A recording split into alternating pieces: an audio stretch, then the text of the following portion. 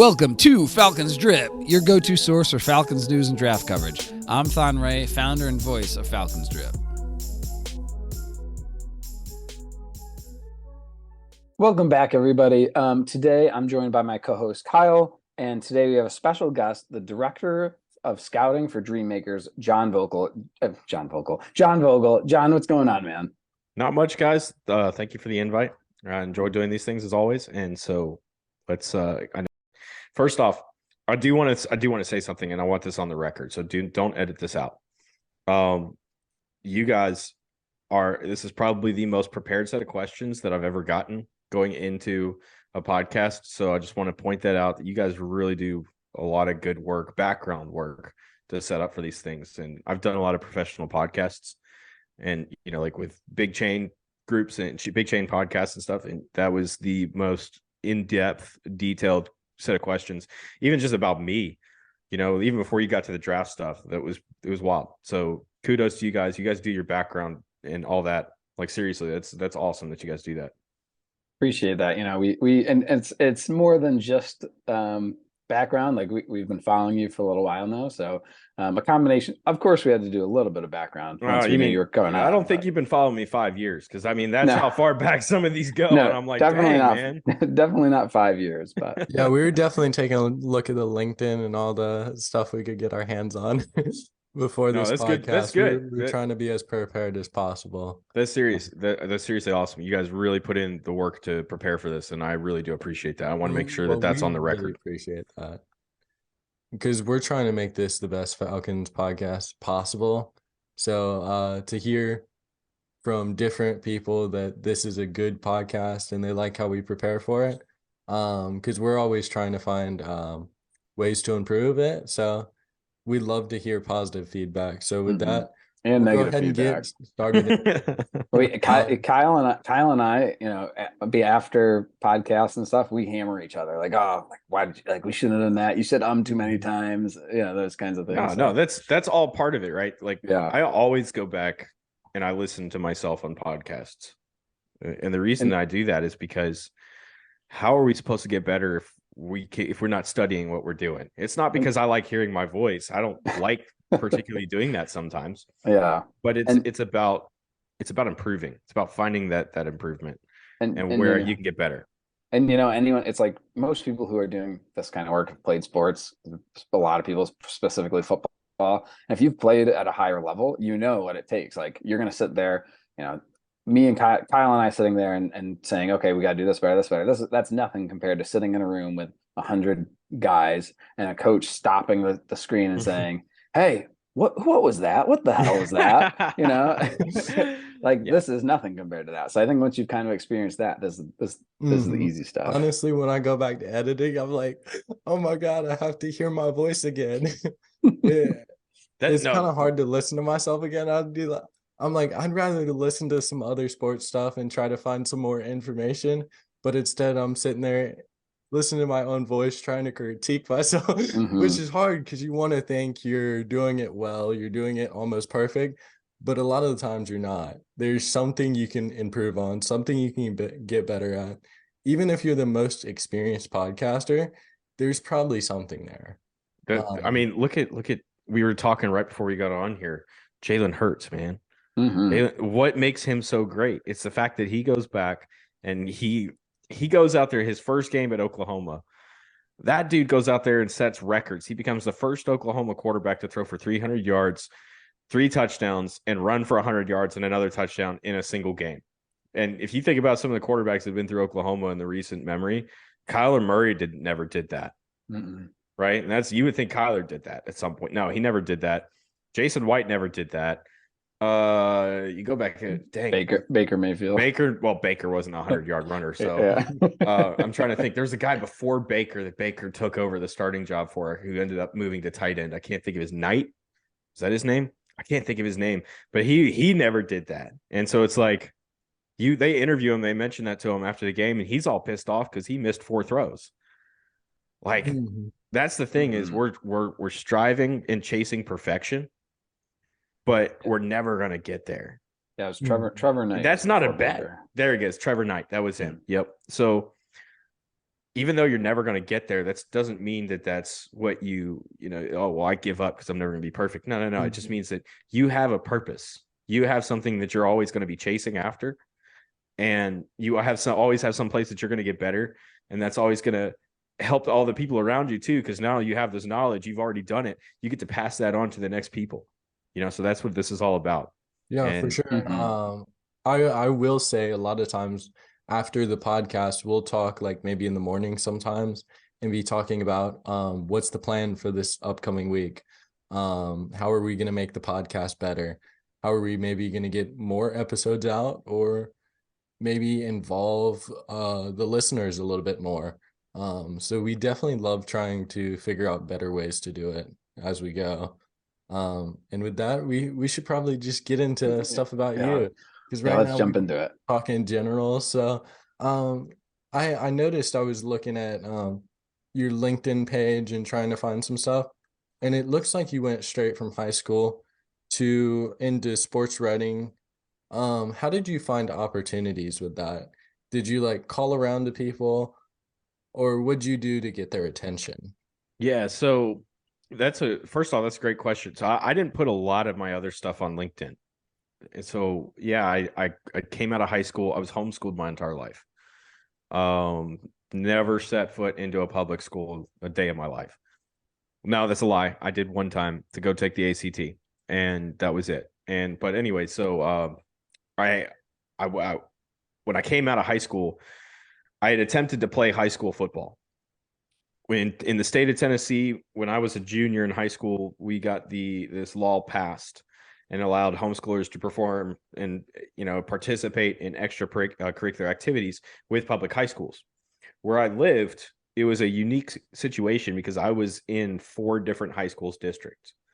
So, and these schools are all spanned out over a 25-mile radius. Because I live in the middle of I grew up in the middle of nowhere, Tennessee. So there were 4 schools that I could pick from. My parents were like, 2 of them were like, nope, you're not going to those 2 because they have problems. And I said, all right.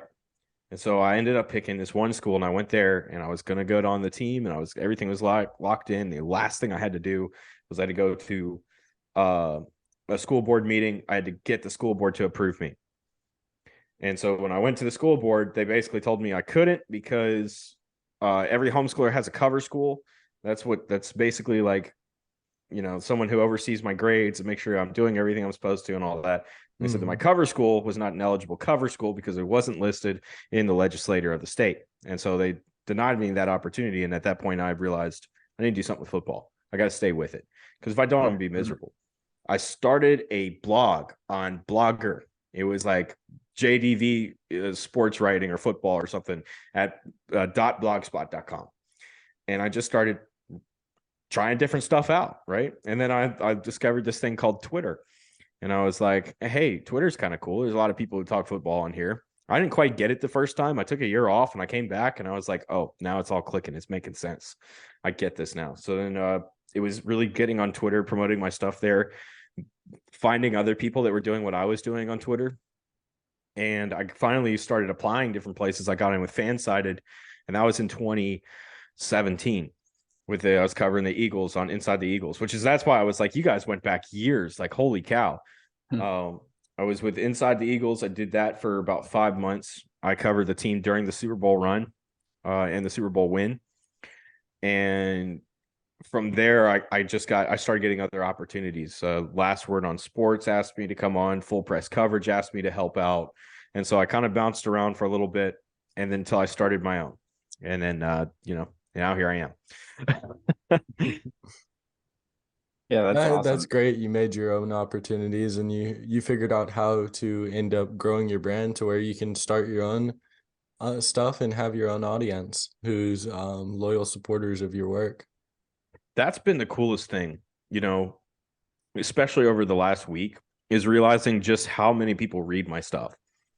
Because it's just like when you're doing radio, which I've done radio and different stuff like that. I'm actually coming to you from a radio station where I work as my office setup.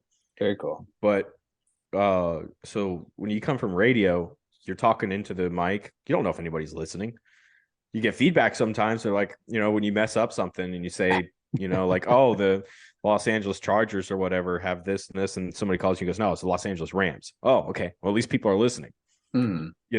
So that's how you don't really know if anybody's listening. It's the same thing with your work. You don't really know if anybody's really reading it until you start to get this feedback and people start telling you about what you're doing. And that's honestly just when you come from nothing, you start from the ground up, ground zero, and work your way up. It's something when you have as many people that have reached out in the last week just to tell me how much they really like my work and stuff. So that is truly amazing to hear. It's important to have a fan base, because if you're not able to grow that fan base and it's just quiet, it's hard to keep that motivation. Yeah, and motivation really is all about mental, right? And so one of the things I learned about mental resiliency was when I joined the Army. I joined the Army National Guard. I've got a year left, and then I'm going to get out. But that put me in Oklahoma for 4 months, in the middle of winter, and winter turned into spring, and then it went back to winter and went back to spring. Oklahoma is crazy like that. So that for almost 4 years, almost 5 years, right? Yeah. So it'll be 5 years in October. I signed a 6-year contract. Okay. So you got just over a year left. Yeah, just over a year. Once we roll around to October, I'm done. But or October next year, I've got a whole year. But no, it was, that's one of the nice things about the military is you have to be resilient, because a lot of times what they're asking you to do is extremely difficult. And, I think one of the traps, I kind of ran into this at one point too, is you start thinking that you're invincible. You can do everything. You can do anything. And because that's how they're training you. That's how they want you to be. They want you to think that you're invincible, because then you're going to go do the task and you can do a lot more than you realize, but you have to find those limitations. Right. So like for guys like you, just stick with it, find the reasons, find the motivations. What are those things? Is it passion for the game? Is it the people that talk to you on Twitter or Facebook or wherever you're posting this stuff? Is it just figure it out, find that. Because you've got to become like a tennis ball. You're not an egg, right? If I throw a tennis ball at the wall, it's going to bounce right back at me. I'll throw an egg at the wall, it's going to break. It's going to stick to the wall. You're not an egg. Just be the tennis ball. That's probably one of the best, that's the title of the episode if I ever heard it. You're not an egg. Okay. So just you talk about Hurts, and I know you're right now, everyone can't see you, but you got an Eagles hat and Eagles shirt on. Yeah. So tell us, how is that how you became working for the Eagles and covering the Eagles? Is that how you kind of became an Eagles fan, or were you an Eagles fan before that? I've been a lifelong Eagles fan. So when I was about 6, I started watching football. I actually grew up, I was a NASCAR guy, a NASCAR kid, I should say. I wasn't a guy yet. I was a NASCAR fanatic. Dale Earnhardt was my favorite driver. And I don't know how old are you guys? Like, I'm 19. I know. So he was dead before you were even alive. Like, that's crazy to me. But one of my earliest memories is sitting there crying because my parents told me that he had died in a wreck. And I remember seeing the wreck, the replay of the camera inside the car, and his neck swirling around. I remember that. That's one of my earliest memories, and I'm just bawling my eyes out. But I used to be that when people come up to me, they could give me a number. I could tell them who drove the car. And so that's the kind of mind I've always had growing up. And so when I was about 6, NASCAR is one of those things where it's like when you're a kid, like it's cool, but then you can't really do NASCAR. You can't really go out there and drive a car when you're 6, 7 years old. Football, you can go play in the backyard. Football, you can go play with your friends and all that when different functions, whatever you're doing, right? And so that kind of got my friend group, we all got into football about the same time. My mom is from South Jersey, and so most of her family lives up there. As soon as they found out that I was getting into football and I was starting to watch the NFL and I was interested in this stuff, they started sending me Eagles gear. Both of my parents were Washington Redskins fans. Oh, no. But I became an Eagles fan, and this would have been 2003, 2004. So, I mean, the peak golden years of Andy Reid in Philadelphia with Donovan McNabb, Brian Dawkins, Brian Westbrook. It was a fun team. And as a kid, that was a team that was it. That was the thing to get into. So yeah, that's how I became an Eagles fan. Almost left him in 2005, and then my dad was like, I was like, oh, I'm gonna be a Colts fan. And my dad's like, no, you pick the Eagles, you're sticking with the Eagles. Like, you're done. What a man. You're not jumping teams. Seriously, what a man. I mean, there's that says something about your dad. So I stuck with being a Eagles fan, and you mentioned you like memorize numbers on car for drivers. I just want to mention that's pretty cool because for me growing up, I got into looking at rosters for like football teams, and I'd try to memorize some of the roster, like memorize the number of the player. Yeah. So I'd have my dad sitting next to the couch with me, and he'd look at a player and he'd be like, "Who's that?" And then I'd be like, "What number?" And then I'm like, "That's so and so." Yeah. He'd just look over at me. So back in, this would have been 2005. So after the Eagles lose the Super Bowl, where I grew up in Virginia, about 70 miles south of DC, there was this book fair that would go on they'd sell books for two weeks out of a month, and then they go restock. And it was like overstock, extra books, different stuff. My mom, she built a library growing up. Like, we had legit probably 10 to 15,000 books, somewhere in between there, like just all kinds of different stuff, kids picture books, novels, nonfiction, all kinds of different stuff. My mom just made that her life mission. And so I credit her for that because I read a lot growing up. But we're in this book fair, and there's a 2003 NFL record and fact book. And it might have been 2004. So this might have been during the Super Bowl run. I can't remember, somewhere in there. So I'm 7 or 8 years old. And my mom's like, I'm begging my mom, "Hey, can we buy this? Can you buy this for me?" It was like $2. "Can you buy this for me?" And my mom's looking through it. She's like, "There's like no pictures in here." I'm like, "I don't care. I'm going to use it."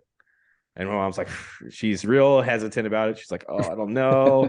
Because if you've ever seen a record and fact book, it's a media guide. It's just, that's all it is. It's a media guide. And so she finally agreed, and she bought it for the $2. And I wore the cover off that thing. And now I personally have all the NFL record and fact books that were ever printed. So in my personal library.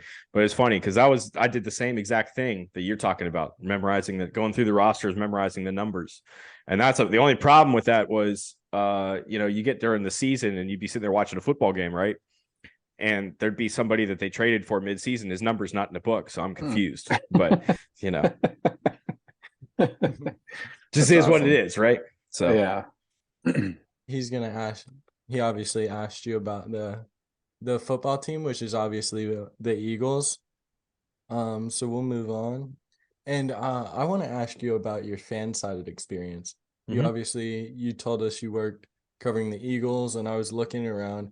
You covered the Rams, the Patriots, and you were also the director of recruiting for Dream football scouting. So first we'll get into what are some of your like favorite experiences with FanSided, and then how did you start and become like a big member of DreamMakers? So with FanSided, what happened was I worked with the Eagles for a while, inside the Eagles, and then I think I was with full press coverage. I was covering the New Orleans Saints and NFL draft, and then they also had me helping out with some basketball and stuff like that too. I ended up going to Musket Fire because as I was doing that, they reached out. They're like, "Hey, we need some help." I think I had gotten to know the managing editor on Twitter or something, and he was like, "I could use some help if you had a little bit of time. I could use some articles getting put up. Is that something that would interest you?" I'm like, "Sure." I'm okay with the Patriots. We just beat them in the Super Bowl, so I think we're all good on that. And so I did that for a little. I didn't do much for them. One of the issues was I was going to do some film breakdowns, and they had some copyright issues with the pictures I was going to use to portray the film. So apparently that's kind of an issue with FanSided. The NFL's sometimes really stingy with that stuff, and they had some lawsuits that were ongoing, and they didn't want me adding to that. So that somewhat fell through because that was the majority of the work that I was going to do for them was film work. And then Rams, I got to know the managing editor there. That's Brent Studer. He's been there for years. He does a great job. He's a big Rams fan. And pretty much anytime I'm in a pinch, he's always reached out and been like, hey, come over here. Let me get you your draft stuff. Ram centric. You're really good at it. Just come over here and do it. And until you get back, whatever you've got rolling. So I've gone over and helped him multiple times, usually during the draft cycles. Brett's a really good guy. Pretty much anybody that I've encountered with FanSided has been good. Anybody that works with the managing side, at least, they've done a good job. They're big. Obviously, they're a really good, profitable organization, right? And so they know how to run that type of a format with all the different, team centric or topic centric websites, and they do a great job doing all of that. So, the DreamMakers, to follow on with that, one of the DreamMakers is a partner company that I work with, that I am a partner in, I should say, and we manage players. So you have a lot of agents out there that don't really know football, and maybe they're more book smart than they are street smart. And I'm not saying that to be, like turning down on them or whatever, but it's just, there's a lot of guys, right? It's like anything. Yeah. There's a lot of guys that, they went to Harvard and they went and got a law degree, and that's great and all, but they don't know how to talk to a football player because they've never been around one, so they'll hire people like us to come in and basically manage their players and build those relationships for them so that they can stay with the agency. So we partner with agencies, and we help manage their players, build those relationships, go out there and recruit guys. And so my job is basically to sit in front of the screen and watch the guys, and then talk to the people that I know and say, okay, what are you guys thinking? Where is he going to go? Where do you guys have him? Do you have interest? Do you know anybody who has interest? And it's all about gauging. It's collecting information, because the idea is to go get guys that are going to go get drafted, because you get drafted, the NFLPA says that we can take 3% of their contract. And at a rookie contract, a lot of them are making $880,000 this year. 3% chunk of that is $24,000. So it's nothing to scoff at. You split it up with all your partners, everybody gets happy, and now the player's happy because he's got somebody that's got his back, that's making sure that he's good, making sure that, all the paperwork's straight. So that's what we do, and it's a fun job. It's a lot of fun because you get to go out there and meet players and build those relationships with them. And honestly, not just them, but the coaches, the scouts, executives, different people like that that work in all sorts of different functions across the league. So how did you get into that? Like, how did you kind of find yourself? So my partner is John Michael Salter. And so ironically, we didn't know each other, but he worked at Inside the Eagles too. But that was, I think we probably might've brushed shoulders there, but never, met or anything. But he was following my draft content on Twitter and started reaching out to me to get my opinions on guys, because what he was finding was my opinions on guys were typically matching what he was hearing in the NFL. So he'd ask me about guys, and, I'd give him my opinions and stuff. This would have been about 2021, I think, maybe 2020. It started 2021, worked into, and we built a relationship that way. Just, talking football, talking ball. He was ex-Army. He's been deployed 3 times, I want to say. He's 100% disabled veteran. Way more badass than me. That's for sure. Definitely paid his dues to the country and with his service much more than I ever will. I'm the guy that's sitting, behind the front lines in the truck that's got the rockets that fire, so I'm in a safe truck sitting there, with air condition, or if it's cold, I got my heater going, and, he's out there in the infantry doing stuff. So, but yeah, so he got in, he used to work for Drew Rosenhaus. He left that, and he ended up basically working with agencies directly until, he was like, hey, we need to build this business. You evaluate the players really well. We need to come together and make this thing happen so that, we can go out there and get these players, make some money, have some fun, keep doing what we want to do, and get you out of, working your day jobs and stuff. Mm-hmm. So that was the idea. So we've built the company together. Mm-hmm. I love how y'all have the players back and try to help them get the best deal possible. That's the name of the game, right? Is if we take care of our guys and we make sure that everything's good for them, that their families are going to be taken care of, they're going to be taken care of, we're taken care of, and mm-hmm. It's like, it goes back to what we started talking about, which was purpose, right? We were talking about purpose. We were talking about, where do you find the motivation? I mean, dude, I can be downright depressed sometimes, and I get a call from a player and he's freaking out because, this media website has him ranked here. And I'm like, dude, it's media. Mm-hmm. Don't worry about it. I guarantee you it's nothing to worry about. And you have that conversation, you get off the phone, you go, oh man, no, I'm good. Yeah. I'm blessed. I'm so blessed to get this opportunity to be like, this dude calls me when he's freaking out, that's awesome. But yeah, and talks to you about maybe being rated lower than he wants to be. Right, exactly. And it's like, no, dude, it doesn't mean anything. It's just like what we've been talking about this entire time. You just need one yes.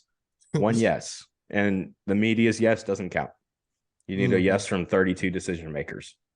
And I talk all the time because I've been there's been a couple of guys that I've been really high on that, sometimes it feels like the media eventually catches up. Like Nolan Smith is a guy I've been talking about since before December. And I've been saying this a lot recently. Like, I'm not a Georgia fan. I like Georgia to win because it's fun, but like and by no means am I a homer. Like, okay, like we need to bring all the Georgia players. Just like that, he's got so much talent there, and now the media is finally starting to catch up on that. The biggest problem with Georgia, especially on the defense, is that they are so heavy scheme oriented. Mm-hmm. And so you get a guy like Travon Walker last year. Travon Walker, when you look at his stats, has nothing that says first overall pick, right? There's nothing there. It's no Jadeveon Clowney numbers. There's nothing there that says first overall pick. But I was watching the tape and last year, and as I was finishing my report, and I noticed this thing about him where he has this uncanny ability when you unlock him as a pass rusher and you just let him go after the quarterback, where his upper and lower body is perfectly synced with each other. There's a lot of guys, they don't have that type of body control where their lower body can be doing one thing and their upper body's doing another. I can't do that with my two hands, So like if I try to play a guitar, that's not going to work. Okay. Mm-hmm. But so when you see, I'm not trying to hype that whole thing up, but it's rare when you see a defender that can have his upper body setting up, an offensive tackle with his pass rushing move, and then noticing that his lower body is positioning himself so that when he gets that dude exactly where he wants him, he capitalizes. And I actually had to text a guy that Emery Hunt that works at CBS Sports. He's a good friend of mine. Mm-hmm. I had texted him. I was like, so when you're talking about upper and lower body synchronicity, Travon Walker is what you're talking about. He's like, yes, you see it now. I'm like, yes. I get it. Awesome. Because that's the thing is it's like, Georgia has a lot of guys like that. Nolan Smith is a dude that he's a beast. He was never unleashed because he's in this certain cog in the system, which is fine. They've won 2 national championships running this system. And he's happy to be in it. They're all happy to be in it. That's what's great because they're winning. They haven't been beat, So, it's a great organ. Obviously, Kirby Smart's done a great job putting all that together, and he's going to continue to. So, absolutely. And I tweeted this out a couple days ago. Let me find it quick.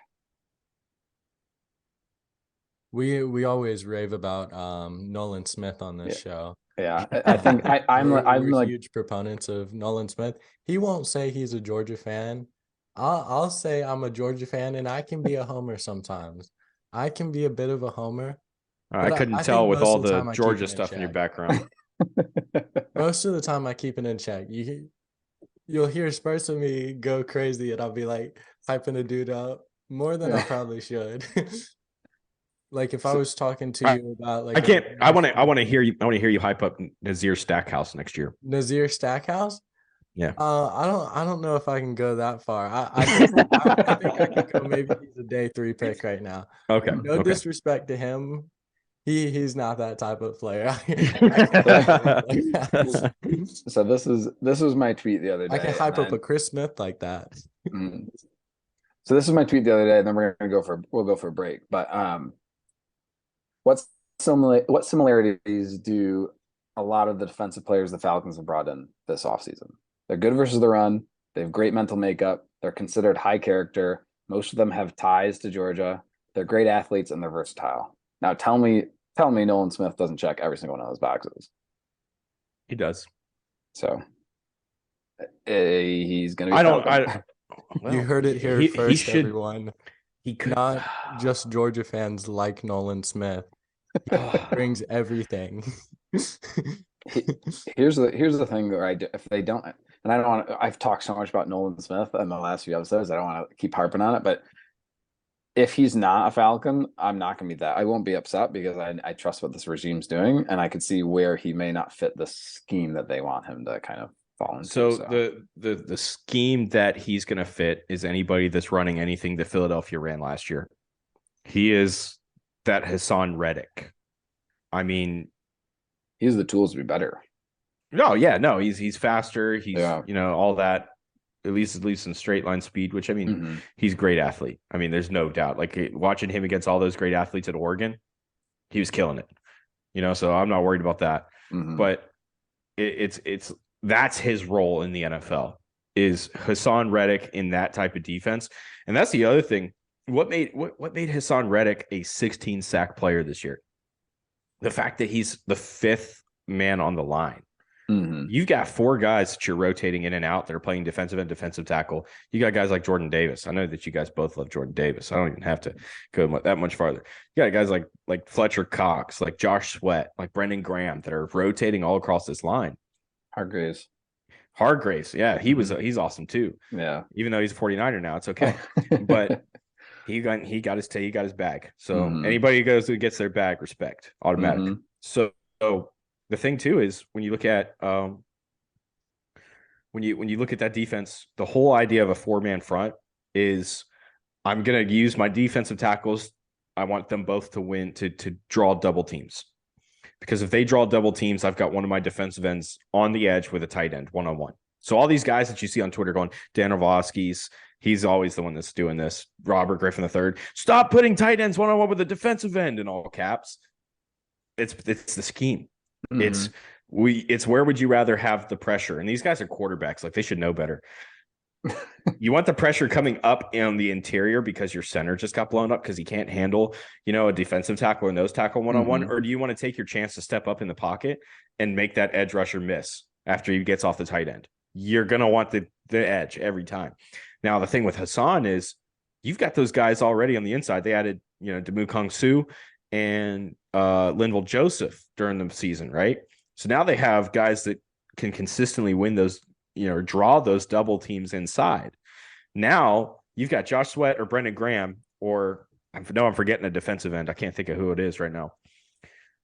You've got one of those guys 1-on-1 with a tight end, and you've got Hassan Reddick because he's the fifth man. Yeah. Right. That's what made that scheme so great this year for Philadelphia. And that's what Nolan Smith's going to make great. He's going to be just as productive. And look at the Falcons' defensive tackles.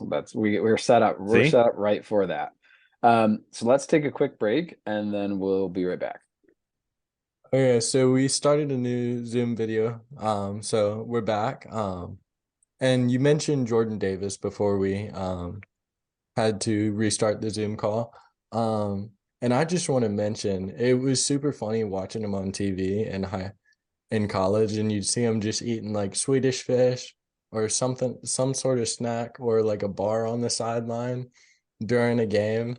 It was kind of funny. So you mentioning him just brought up the good memories of seeing him on the sideline eating. Oh, he's goofy. But that's the thing is it's like everybody needs that class clown. You need one in the locker room too. And he did a really great job filling that role last year, especially when you consider like how serious Jalen is as a person. And you think about those two in the locker room at the same time. It's kind of entertaining. He's a mauler. He'll just beat his offensive lineman down, make you not want to come back up to the line. No, he's freakishly athletic. I mean, the combine numbers were insane last year. Couldn't believe he was an Eagle, but we're okay with him now. As long as he stays healthy this year. Yeah, that's the only issue with all that weight. You just like are concerned if there's going to be any injury issues at some point. Mm-hmm. So speaking about the combine, I know you've done a lot of interviews, both, and I guess this question could be, what was your favorite interview at the combine, or just kind of in general in the 2023, your favorite 2023 prospect that you've did an interview with? Let's do two. Let's do most fun and also like the most impressive person. So most fun, there's two that come to mind immediately. Number one is Dorian Williams out of Tulane. That guy is a joy to talk to. He's just got a big smile on his face. Yes, sir. Like just awesome. A lot of fun. And he puts his energy out that you're just like, this dude's going to be fine in the locker room. Like there's going to be no concerns here whatsoever. The other one that's a lot of fun was Tommy out of Barway out of Northwestern. And I ran into him at the Senior Bowl this year. And, I think we were like waiting to get on an elevator at the Renaissance. And I just kind of said to him, I was like, hey, so, I was watching your game and stuff. I was just trying to figure this out about you. What's your plan going into our rep? He goes, it's to win. I said, that's great. How are you going to do that? He goes, anyway, any means possible. I said, look, I love the enthusiasm, but here's the issue is you got to have a plan, man. I said, you're playing chess. This is chess. All right. I said, you are setting up this dude because you got to beat him. I said, you're freakishly athletic. I'm like, you can get upfield. You can run speed to power, try to beat him to the outside. You get him to overset because he starts to think you're going to beat him. Now that's when you come back in, hand, swipe, bam, inside counter. Now you're in the lap of the quarterback. And he was sitting there. He was like, oh, you can see it like up here churning. Yeah. Like, oh, yeah. So I run into him at the combine. He's impressive. I run into him at the combine. What's the first thing he brings up? Oh, I've been working on that plan, man. And he started talking about the players that he's been watching develop a plan. And That's awesome. That's it. That's it right there. That's the guy. He's going to be special. He was a lot of fun just in that regard, just to watch him. He took that month between the Senior Bowl and the combine and was like, I need to figure this out. And I guarantee I probably wasn't the only person that said something to him about it. But in terms of the most impressive, honestly, I was really impressed with Tyson Bagent, the quarterback out of Shepherd. I thought he looked great at the combine. And he looked really good at the Senior Bowl too. So the first thing that I wanted to gauge when I went to the Senior Bowl with him was, where is his mechanics right now? And I had a pretty good indicator to get a feel for it because there's several times during the practices when they drop back there's two quarterbacks dropping back at the same time. They're throwing routes to opposite sides of the field. They run, reps simultaneously. And so that was a very nice touch that the coaching staff there put on the practice for their team, because it helped me get a feel for where he was mechanically. And Clayton Tune is going to be a good quarterback, a good backup quarterback in the NFL. He was getting through his drops faster than Clayton. He was hitting his back step. He was hopping off of it. He was throwing more velocity than Clayton Tune was. And so that impressed me. That stood out. And I know that there's some processing things, but I got the opportunity to sit down with Tyson. We did our film room this year where, we broke down several of his plays. And before I started recording, I wish I'd done it on the recording, but it was before the recording because I didn't want to potentially embarrass him. Was my issue. But I said, all right, so I'm going to give you a play. I said, I think you're playing California, Pennsylvania. I said, fourth quarter, 9:20 to go. He goes, oh yeah, third and long, rolled out, hit the deep ball. I had to extend the play. I went, nailed it. So he's got play recall. He's got play recall. Awesome. And it was a big play too. It was a broken play that he just was able to improvise, and he remembered who the receiver was going that way. And that's always a nice thing that you want to see is play recall, because that means they go into the tape and they really study it. So Tyson is probably the most impressive. I got the opportunity to be with his family as well and spend some time with them during the Senior Bowl, during the Mardi Gras parade and the aftermath. And we went over to the Nelly concert and kind of hung out there for a while. And I mean, his dad is eccentric. I think he's a good dude. He cares about his son and all that, but he's super eccentric.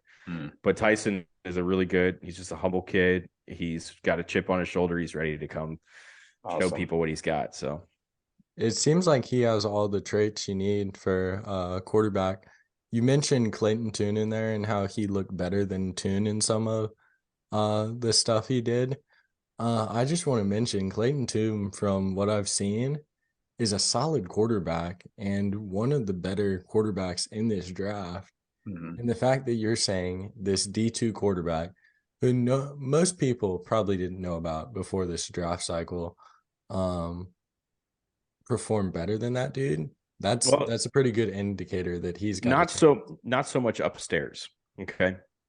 What I mean by upstairs is with the mental side of the game, because when you're reading the defense and you have to make these split, decisions and go through your progressions and all that stuff, I think he's still a little bit slow there. But that's something that you can work into. And it's clear that he's like this offseason, he was focused more on his back muscles. He had all these muscles in his back that, that a lot of quarterbacks use to throw the ball with more velocity, more zip, that he had never been trained to use before. So that was his focus this offseason. I think when he gets to a team, he's going to be learning the playbook and helping the game slow down. Clayton's farther ahead of him on that. But when he's going through his drops, right, when he's going, his feet were faster. He's throwing with more velocity, and so when you see those types of things, it was like, okay, so what I saw on tape with him at Shepherd with the quick feet, it wasn't just me thinking it was quick because I'm watching a D2 kid against other D2 kids. His feet are actually quick, and so that's the thing. Clayton's definitely going before him. I think that Tyson potentially goes 5th, 6th, maybe even the 7th round. We'll see how the board falls out. But I think that a lot of teams look at him as a legitimate, number 3 quarterback right now that can develop up to a backup and it, best case scenario, probably be a spot starter in the league. And I think that's probably where people see Clayton Tune right now too. So, and I know we're talking about a player with like a lower level of football, and I wanted to ask you about Xavier Smith, because Xavier Smith out of FAMU, he's been one of my favorites for a long time now. Like when you watch him, he reminds me so much. Yeah, he just you notice him right away. He's just different than everyone else he's playing against. He reminds me so much of Kadarius Toney out of Florida for some reason. Maybe it's the 19, maybe it's that they both were orange, and maybe it's the fact that they're both the most electric players on the field. So I don't know. So tell me about that interview and just kind of what you think about him. I was really impressed with him personality-wise. We had a good conversation. So when I do an interview with a player, I always talk with them for 10, 15, sometimes 20 minutes before we even start recording, because I want to get to know them a little bit. I want them to get to know me a little bit. I want to build that comfort level with them, right? So that when we start recording, it's not anything that's out of the ordinary to them. It's not like, it helps with the chemistry, with the way I'm understanding how he's going to answer, because I figured out kind of what his speaking cadence is. He's figured me out a little bit too. So it just helps everything go smoother. But I use that opportunity a little bit too to get a feel for the guys as well. And Xavier is one of the most interesting stories in this entire class. This is a guy that he didn't have any offers. He walked on to FAMU. He was going to FAMU games growing up going, I want to be on the football field. And he's just a dude that figured out how to get there. He had no offers. He had nothing going for him football wise. He went there, walked on the team, and he is special. I mean, when you watch him on tape, the change of direction ability, the route running nuance that he has, like just all those little intricate details, the wide receiver position. He's going to be a small slot, obviously. You're not going to put him on the boundary, but he's a guy that, you get him in the right system, you scheme him the right way, you get him in space. Golly, I don't want to be the guy covering him. I was impressed with his body control too. Yeah, body controls, and that's part of route running, right? And being nuanced through your routes is body control. That's a huge part of it, because it's like what we were talking about with Trayvon Walker, with upper body, lower body synchronicity. There's a lot of that too, to the wide receiver position, where you have to, your head might be leaning one way because you're trying to get a DB to move that way, and you're trying to go the other. And if you've ever tried to walk straight with your head turned this way, you don't walk straight. You go where your head's going, so there's a lot of that to it. But no, he is not only is he just a really good, humble athlete in person. So I think he's just as great of a person as he is as a player. I was blown away with him and just the IQ and, just his personality, even more so than I was impressed with what he did on the field. Yeah, and I listened to your interview, but even before I listened to the interview you had with him, I was always impressed with his maybe I wasn't impressed with his run blocking, but you could see the tenacity and the desire to run block. And then he brought that up unsolicited in your interview. Like, you're asking what his favorite part was, and he was saying run blocking and breaking other guys open to score. And that was just, to me, that was just awesome to hear. No, yeah, it shows how unselfish of a player he is. Exactly. So. Yeah, no, that's exactly what. And this is a team sport. Football is a team sport. It's not about one guy. It's not about the quarterback. It's not about the center hiking on the ball. Sorry, Jason. It's not about all those good things. It's about being a team and setting everybody up. And just the fact, you are right. He brought that up in the interview where he said, I get just as much satisfaction being the guy that makes the block than scoring the touchdown. And that's the type of guy that fits in a locker room. It doesn't matter where you put him. That's a dude that's going to put in the work. Yeah, and I'd love to see Atlanta grab him the 7th round. They not having a 5th or 6th makes it tough because I don't know if he'll make it that far. Philadelphia, baby. Philly. He's going to Philly. Jalen's already probably pointed him out. He's like, we're picking him. Every time we go through a mock draft show, he's always bringing up Xavier Smith. And, he's my favorite. I started bringing up a former Georgia wide receiver, Matt Landers. Yep. He's good, but he has no hands sometimes. So yeah, it's the thing with him was I noticed at Arkansas, you get him just on a go. Like that dude's 6'3", almost 200 pounds. Yeah. Like, holy cow. You just get him on a go and ran a 4.37 at the Georgia Pro Day. Absolutely insane. That dude can freaking ball. I remember I think I really took a lot of notes on him against Missouri this year, and because he had a really big game that day. And he had a drop too. It was a contested catch. It wasn't a terrible drop, but it was contested and he probably should have had it. But no, that's a playmaker. He's underrated because, like you said, he's got no hands sometimes. But no, that's a playmaker. That's a guy that he's going to make an impact somewhere, even if it's for 2 years. Javon Walker, years ago, is a guy that was a big star for 2 years, and he had no hands. And it's just because he was faster than everybody. That's Christian Watson reminds me so much of Javon Walker. It's not even funny. That's I've never thought about with that comparison, but now that you're saying it, I totally see it. Yep. I was saying it when we were sitting there at the we weren't even allowed last year at the combine to go into the stadium to watch the workouts. So we were watching them on TV. I was in a hotel room with Eric Froton at NBC Sports, and we were just watching the workouts. And Christian goes out there and runs that 40, and he's like, "Oh my god!" And he's freaking out. I'm like, "But he's got no hands. He's got bricks for hands." Yeah, and then it ended up putting him into the first round. Yeah, no, everybody. That's the thing is, everybody overreacts. Everybody overreacts to the underwear Olympics every year, for sure. And that's the thing is, it's like you have to find that healthy balance. Like there are impressive things that happen. Like Tommy Adebarway running a 4.49 at 282 pounds. That's impressive. That's insane. Like we got guys that are running backs that are 212 pounds that aren't running a 4.49. He's doing it 280. Yeah, it's wild. But, that's insane. There's impressive things that happen that you need to react to. But again, it's not like we're not gonna like Anthony Richardson. Everybody knew he was athletic. Why is everybody freaking out that he's got all of these impressive numbers? Everybody knew he was going to test that way. What you freak out at is when somebody tests way better than you thought they were going to. Then you go back and you look at the tape and you go, okay, so is he just a gym rat and he trains really well, or is this actually going to translate on tape? So another player who I like that you also interviewed, Viliami Fehoko. I hope I pronounced that right. Yep. So he mentioned the Atlanta Falcons in his interview. Where do you see him fitting in the NFL, and possibly like in his role if he were to play, like get drafted by the Falcons? Because it sounded like between the Senior Bowl and just everything that they were, I don't want to say necessarily interested in him, but definitely invested in him. That's probably So he worked out with them at the Shrine Bowl, right? Because the Shrine Bowl this year got the coaching staffs. A whole story we could get into with all of that. That is a lot of fun. That's a rabbit hole.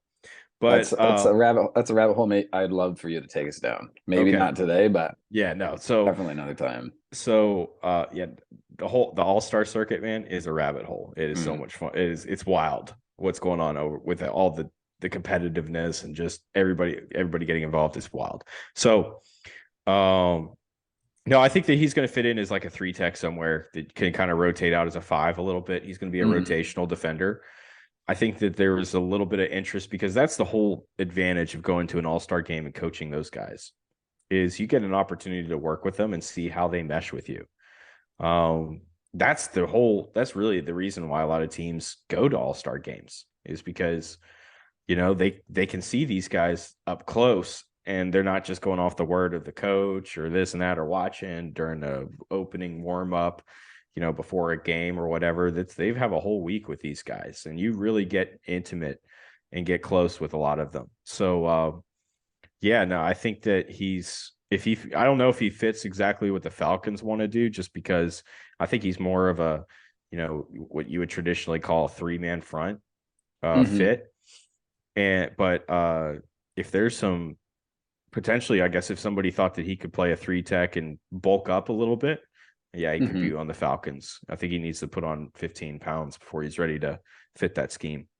Yeah. And tell me what you think, just kind of from watching him myself. Like it seems like he's got a very low floor or very high floor, but almost like a lower ceiling due to his lack of explosiveness. He feels like the kind of guy you draft in the 4th round who's on your team for 8 years, 10 years, who's like a rotational guy who just kind of sticks around. Yeah, and I think that's a reasonable expectation. I don't know if he goes in the 4th round because I know that there's all kinds of people that are sitting here going, this draft is not loaded and blah, blah, blah. Whatever, dude. Like, seriously, there's not at the top end, but when you start getting into 3rd, 4th round picks, there are a ton of guys that fit that. So it's really just about who meshes well, who interviews well. I did do the soundbite with him at the combine. So that's where I got the talk with him. Which those are, I try to do things a little bit differently and kind of talk to a lot of the guys that no one else is talking to. That's how I get those. Sometimes I get them when they're coming off of NBC Sports or CBS Sports or Sirius Radio and they're about to go to the back room. I get them before they go back. But that's probably, I think, a rotational defender, like you said, low ceiling, because there's not a lot that you look at his game and go, he can really improve that. And that's kind of what you bet on with ceiling, Yeah, and it's not that he's a bad player, just he just seems a little stiff. He's a little slow off the ball. A great motor. Seems like he's a hard worker. He's the best player on the defense all year. Yeah, absolutely. Yeah, for sure. So I wanted to ask you about, you have some connections with San Diego State. So are there any other players in this draft class who we should be paying attention to that are San Diego State players? Yeah, the San Jose State. San Jose State. Yeah, no, it's okay. I get those two mixed up. Me too. Yeah, it's easy. They're like in the same area too. Yeah, especially because Keith Smith and Darren Hall went to those schools. So whenever I'm talking about those guys, I'm mixing them up all the time. So at least I was close to this. You got 2 of the 3 right, man. We're good. So no, Nehemiah Shelton is probably a guy to keep an eye on. I don't know if he gets drafted. He did really well at the Hula Bowl. He's kind of a corner. He's got a little bit of length to him. He's probably going to fit in his own scheme with somebody that you want to keep an eye on. Now, Trey Jenkins is probably I guess you can't really count him as a guy. He ended up transferring out and didn't play last year. Elijah Cooks would be the other guy I'd talk about. That's an X receiver type, big body. Maybe speed is a little bit limited, but he's a good route runner. He does a good job moving the ball. When he gets it, he's a transfer from Nevada, played at San Jose State this past year. But does he block? Because if he can run block, the Falcons will take him. Kind of. Okay, maybe not. He's all right. I don't know. I don't think he'd be a Falcons. He's an undrafted guy as well. I don't think that he's going to be a priority free agent just because he's got some size, he's got some length that he can work with. He had a bad injury that kept him out of 2021 at Nevada, and that's part of the reason he transferred out. I mean, besides the coaching change. Yeah. But yeah, no, I think that so San Jose State, I talked about this receiver Trey Walker that came out of there in 2021 a lot on Twitter. And And what ended up happening was the social media team got in touch with me, and they were like, hey, so we know that you watched the Hula Bowl. We don't have the Hula Bowl tape. Is there any way that you could like get us all of his catches from the Hula Bowl? And I'm like, yeah, sure. And so I got him all of his catches on tape from the Hula Bowl and sent it over and posted them. And that got me into the program there a little bit. So very cool. It was fun. Trey, he's with the Pittsburgh Maulers right now in the USFL. He's their star receiver. So awesome. Yeah, I love the additions of all the USFL, the XFL, all that stuff. It's great. It's huge. The two leagues have been cool, but I hate some of the rules, like stoppage on an incomplete pass. Some of those stoppages are kind of weird to me. Like I'm kind of don't like those rules. I don't want them implemented in any other league. They're not going to. Yeah, but it's fine if it's just in that league. Yeah, the point is like makes it unique for me, honestly. The running clock after an incompletion, it just helps speed up the length of the game, so it's not running over 3 hours. Mm-hmm. Nobody else is going to implement that because it doesn't make sense to shorten the game unless we get to a certain point where NFL games are averaging 4 hours. Then they'll probably do that. But that's the whole point. The whole point of these leagues is to develop players. These leagues are built for guys that didn't get enough reps. I'm going to use a great example. The Vegas Vipers right now have this quarterback named Jalen McClellan who started like 3 games in college between North Carolina State and Baylor, and he just never got reps. But he's got a really great arm. He's got good size. He can move. He's strong. And then he goes out here. He gets the opportunity to start at the end of the year for Vegas, and he looks like Hendon Hooker out there right now. Like that's the type of skill set that he has. And he's developing all of those tools. Now he's just getting the reps that he needs. That's what guys like Jalen McClellan are what these leagues are built for. Mm-hmm. Yeah, and it also provides football year round, which a lot of people, football is their favorite sport, and sometimes they just want to watch it every second of the year. So if you can get more time of the year where you're not no football at all, that's great for the consumer. And for me, I'm already watching football nonstop. So you just give me more, I'm going to watch it anyways. So, Yeah. It gives me another live football game to watch. Have either of you guys participated in the fan controlled football yet? That's fun. I have. What team did you choose? It was Marshawn's team.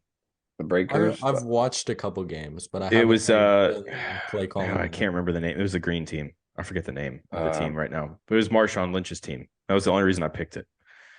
Yeah, I don't know the team names for that league. Yeah, there's some weird team names. There's like Ice Fans and Gorillas and the Breakers. They're all spelled weird. That was my team, is the Breakers. They did horrible all year, then went on a run, and then had a lead in the championship game and blew it, and it just felt too close to home. So yeah, no, that was a cool concept. The whole idea of fan control football was a really cool concept, and it goes right back into that whole, hey, we want to get guys reps and give them opportunities. And there's a few guys that are they were able to play there, and now they're playing the XFL or the USFL, and Josh Gordon got chances to move up. Yeah, and they got Josh Gordon, Terrell Owens, if I'm not mistaken. Terrell Owens caught a pass. Yeah, he sure did. That created a lot of hype around it, even though it's not the best players ever. You had some guys who had been good in the league or had some reps in the NFL, and people knew and were recognizable names that people wanted to see. So it made it very entertaining. It really did. It made it entertaining. Mm-hmm. So let's talk a little bit about the Falcons. Have you, and obviously you don't have to reveal your sources, but have you heard anything like about the Falcons, who they like in the draft? And let's stick with that for now. Have you heard about anything from them? I feel like they're pretty. They keep the cards close to their chest, I feel like, Atlanta. Yeah, so my feeling is that they're going to go with a receiver in the first round. And they're going to go get Jaxon Smith-Njigba. That's my feeling. Because when you look at all these moves that they've made on the defensive side of the ball, they've brought in, they've addressed a lot of their needs. And so when you have Drake London, right, is your top receiver right now. You've got Kyle Pitts at the tight end. There's a lot of uncertainty beyond him, I think. In that wide receiver room. So go ahead and get your slot position shored up. And that's the other thing too, is like when you like Xavier Smith, like players like him are dying. And I don't mean that to disrespect what Xavier's doing, because he's a great player. But players like him are dying in the NFL because size is becoming a huge aspect. The bigger your slot receiver is, the better your offense is going to be. That's just the fact right now. Chase Claypool, the only reason that he was good in Pittsburgh for that year and a half stretch is because he was working out of the slot. He's matched up with these 5'9", 5'10" defensive backs running into the seam wide open. You just have to throw the ball up there and he's going to catch it. That's why he had 10 touchdowns his rookie year. But as soon as like people figured that out, the rover became such a big part of defenses, right? The roving safety, bigger body type, basically a linebacker safety hybrid. That's the key right now, is having a big slot. Jaxon Smith-Njigba is not the biggest slot. He's 6 foot, but he's got some size. He's not 5'9". He's not 5'8". He is amazing. Yeah, and he's a great route runner. He's a guy that's going to get open every single play. So you go ahead and shore that up, because you just took care of your defense pretty well. Like, corners locked up, your defensive line's okay. It's not, you're not going to get anybody at 8, I don't think, that's going to make it instantly better. Fact is, you could even trade down if somebody wants to move up to 8, and you could probably still get Jaxon Smith-Njigba. You probably don't even have to take him at 8. But that's my feeling. I think that they're going to go there. They're going to address that. I know that for Falcons fans, that might not be too exciting because you've gone tight end, wide receiver. But when you've got a young quarterback like Ritter that you're apparently sold on, apparently they love him. That would be my feel, is that they're going to go that route. Now, I used to know somebody on that team. He's not there anymore. He's with the Titans. Coach London over there, the quarterback's coach. I met him at the Combine in 2022 at a bar, and we were talking about their quarterback situation. That was right before they traded Matt Ryan too. But you can kind of, looking back, he didn't say it, but you kind of got the feel that Matt's done, right? And then that they were going to move on. And at that point, I think Josh Rosen and Felipe Franks were the 2 other quarterbacks on the roster. And it was kind of like, oh, I hope that goes okay, because he was telling me about Josh. He's like, no, Josh is done. Josh is not going any farther. But we like Felipe. We like Felipe a lot.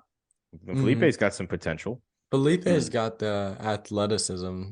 His thing is he's athletic and he's tight end level big. And that's where they're moving him now. And one thing that kind of pisses me off with the Falcons fans, they start being like, hey, he sucks as a tight end. He's a horrible tight end. And then I'm like, this is his first year playing tight end. And it's not like he's playing pee-wee football. He's playing big time NFL football. Professional level football. Yeah. So for him to just be able to make the switch and be at least semi-decent is impressive. Yeah, no, I know. And it is. And that's where it also fits. They really do like Ritter. I'll tell you that. There's no smoke. There's nothing blowing up there. They really, really like Desmond. So I think that. And if you watch some of the clips from from his college days, and also he's a proven winner, is some of the big things about him. So I'm really excited. He's got I think he's the guy. He's got a really good temperament.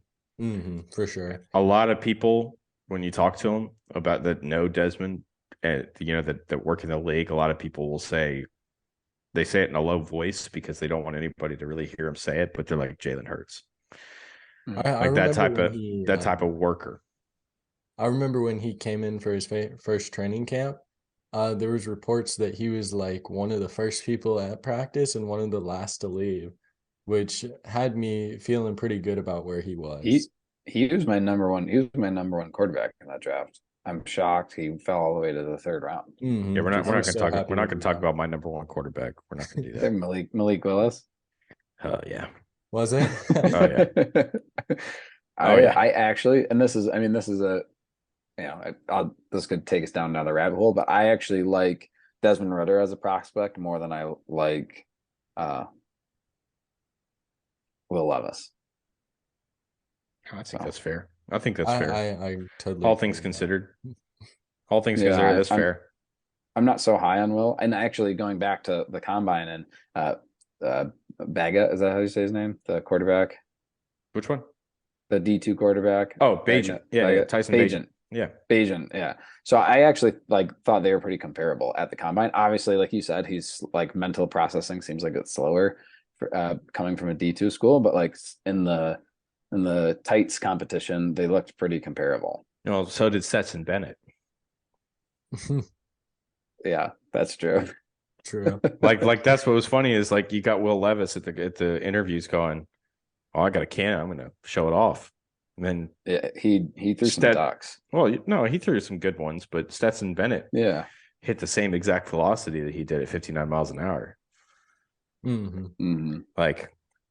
remember watching Will Levis throw a couple throws that he underthrew some receivers, and I was like, "What?"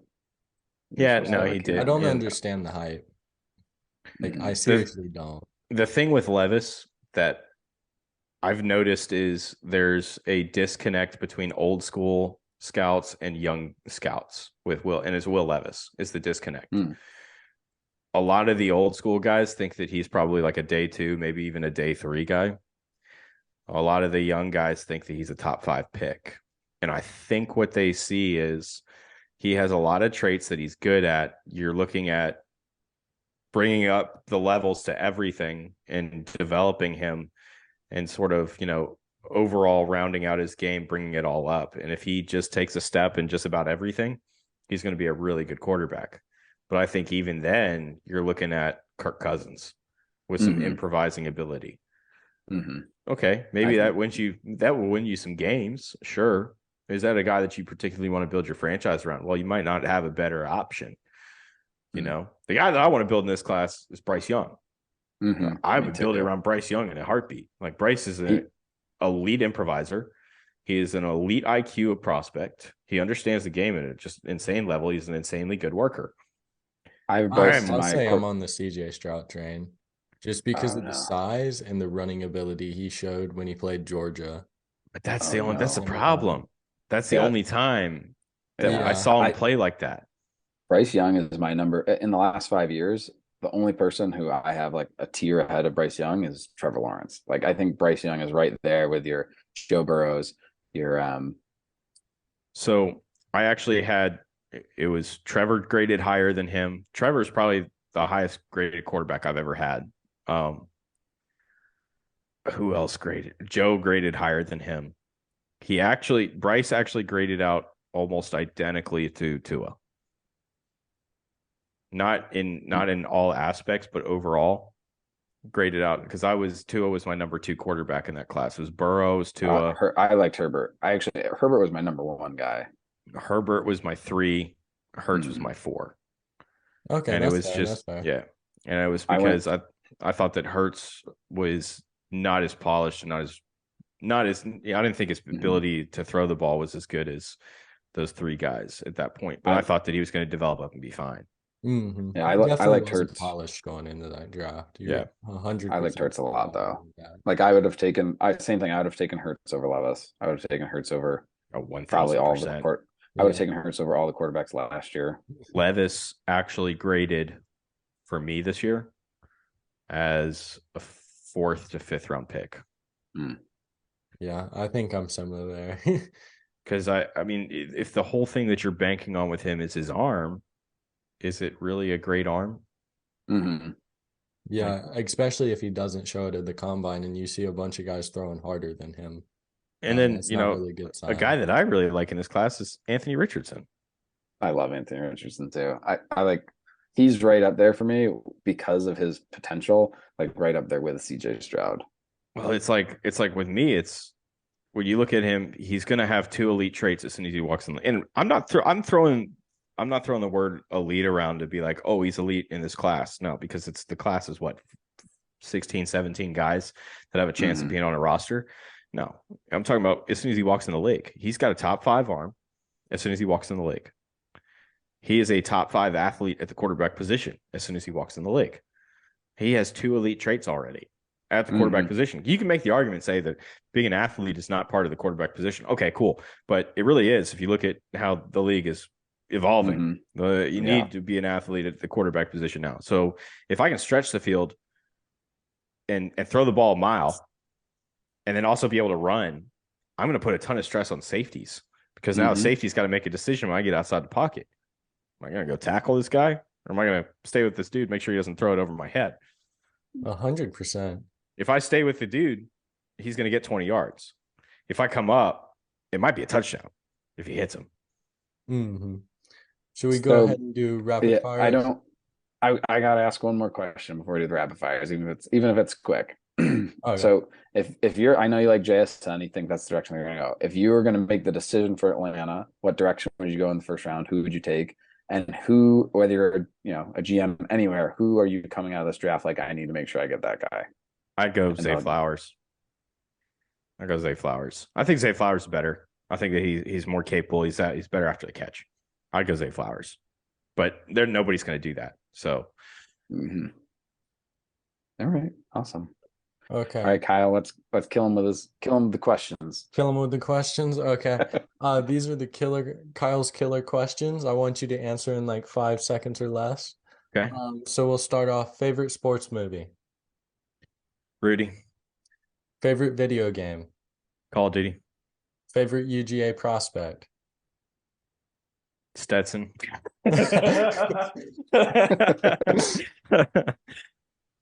You serious with that one?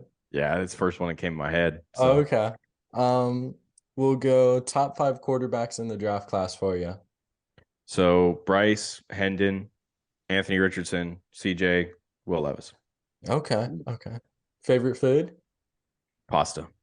Okay. What type of pasta? Probably just fettuccine, if I'm being honest. Fettuccine? Okay. Yep. Xbox or PlayStation? Xbox. Okay. Crocs or slides? Crocs. And before I get on to the last couple, I want to know, what are some of the favorite interviews you've done on your podcast, JDV Experience? Greg Moore, recently I did one with him. That was a lot of fun. Chad Reuter from NFL.com, good friend, good dude. Those would probably be my top 2 favorites I've done. Okay, so Falcons record prediction. 8-9. Offensive MVP for them. Offensive MVP for them will probably be Ritter. If on all honesty, if not Defensive Lindstrom. MVP? Terrell. Okay, I like it. That's all we got. Awesome. So we're running out of time here, John. Yeah, thank you so much. Is there anything you want to plug in before we go? Pretty much anything that you can keep up with everything that's going on with me on Twitter at Draft Vogel. That's the best way to do it. Awesome. Well, thank you again. Thank you guys. Appreciate thank you. This was awesome. Awesome. Glad that it went well for everybody involved. Again, this is Thon Ray. You guys can follow us at Falcons_drip on Instagram, Facebook, and Twitter. Please make sure you subscribe, follow, whatever you need to do to get the alert for our next episode. If you guys enjoyed today, please leave us a review. It always helps us grow. Until then, see you next time. Rise up.